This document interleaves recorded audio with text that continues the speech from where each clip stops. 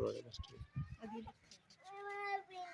कोई काम नहीं करनी, गरीब बंदे ऐसा खुलवाइए, मेहनत मजदूरी करने हलवा क्या काम है।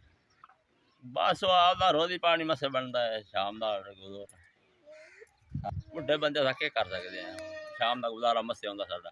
देवो सानू मेरे बच्चे निक्के निक्के न किदे बंजन हां की करिए मुड़ा पानी तो बगैर तो रिया नहीं वेंदा, गर्मी है एक मिनट नहीं रिया वेंदा पानी तो बगैर, अब रोटी तो बगैर हो वेंदा गुजारा, पानी तो बगैर नहीं होंदा ना माल दा ना बंदे दा ना किसी काम दा ही रेंदे से काले कोई भरण लेंदा काले नहीं भरण लेंदा, छोटे छोटे बच्चे सारा कोई नहीं।